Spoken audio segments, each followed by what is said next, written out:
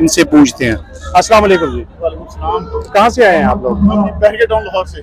अच्छा, जलसे देखते आ रहे हैं? हम जलसे के लिए हैं। अच्छा, तो खान साहब के लिए आपके क्या ख्यालात है, क्या कहना चाहिए? सर इंशाल्लाह ताला हमने खान साहब हमारे बच्चों के लिए कर रहे हैं जी, और इस इम्पोर्टेड हुकूमत को, इस चोर हुकूमत को हमने निकालना है।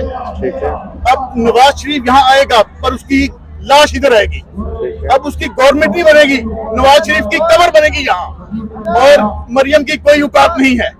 बहरिया टाउन से जब आए तो रास्ते बंद थे, रास्ते बंद है, हमने गाड़ी बंद रोड पे पार्क की है। 5 किलोमीटर पीछे, उसके बाद चिंटी में आगे आए हैं, फिर आगे से दूसरी गाड़ी में यहाँ छोड़ के गई है। ठीक है, तीन टर्न में हम यहाँ आए हैं।